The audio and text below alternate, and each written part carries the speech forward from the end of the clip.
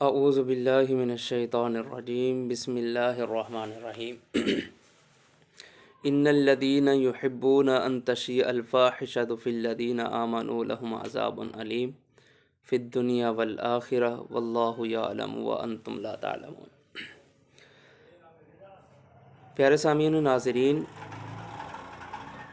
جس طرح ملکی قوانین ہیں، جو آدمی ملکی قوانین کو توڑتا ہے، ملکی قوانین کی مخالفت کرتا ہے، تو پھر قانون حرکت میں آتے ہوئے اس آدمی کو پکڑتا ہے اور قانون کے مطابق اس کو سزا دی جاتی ہے۔ اسی ہی طرح جو آدمی مسلمان ہے اور شہادتین کا اقرار کرتا ہے، اپنے آپ کو مسلمان کہلاتا ہے، تو اس کے اوپر بھی اسلامی قوانین کو لاگو کیا جاتا ہے۔ اسلام کی بھی کچھ حدود و قیود ہیں، اسلام کے بھی کچھ قوانین ہیں جس کے مطابق مسلمان نے زندگی بسر کرنی ہوتی ہے۔ جو آدمی اسلامی قانون کو اسلام لا کر مسلمان ہو کر اسلامی قانون کو توڑتا ہے، پھر وہ بھی اسلام کی گرفت میں آتا ہے۔ جس طرح کہ اسلام نے ہمیں ایک پاکیزہ ماحول دیا ہے،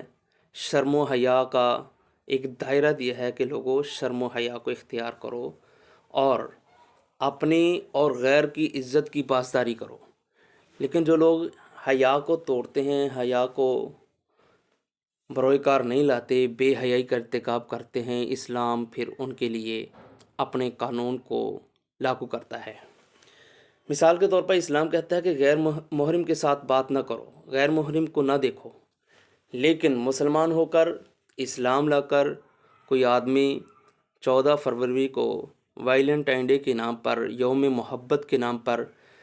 کسی غیر کے ساتھ اپنے رواسم کو آگے بڑھاتا ہے، اس کو پھول پیش کرتا ہے، اس کو کوئی میسیج کرتا ہے، اس کو کوئی تحائف دیتا ہے، وہ پھر اسلامی قوانین کی مخالفت کر رہا ہے۔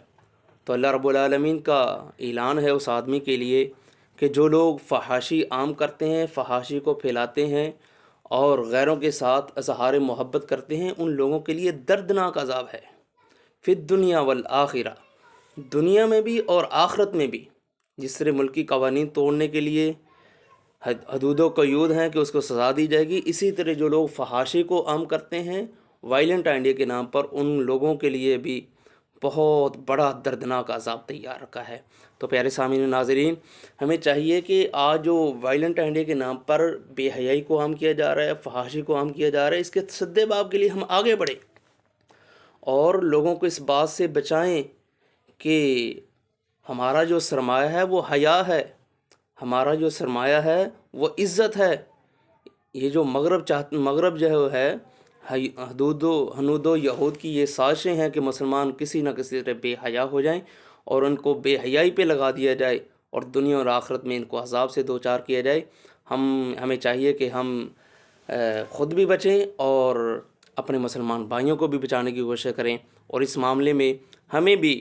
پوری نگاہ رکھنی چاہیے اپنی بیٹیوں کے موبائل کے اوپر، اپنے بیٹوں کی طرف کہیں وہ تو کسی کے ساتھ اظہار محبت نہیں کر رہے، ہماری بیٹیوں کو کوئی ایسے پیغام تو نہیں آ رہے۔ اگر ہم چاہتے ہیں کہ اللہ رب العالمین ہمیں پاکیزہ زندگی دے، اگر ہم چاہتے ہیں کہ ہماری آنے والی زندگی خوشحالی والی زندگی ہو، تو پھر حیا والی زندگی کو لازماً اپنانا ہوگا۔ اللہ کے حضور دعا ہے کہ رب العالمین ہم سب کو حیا والی زندگی عطا فرمائے۔ ھذا ما کان عندی واللہ تعالی بالصواب۔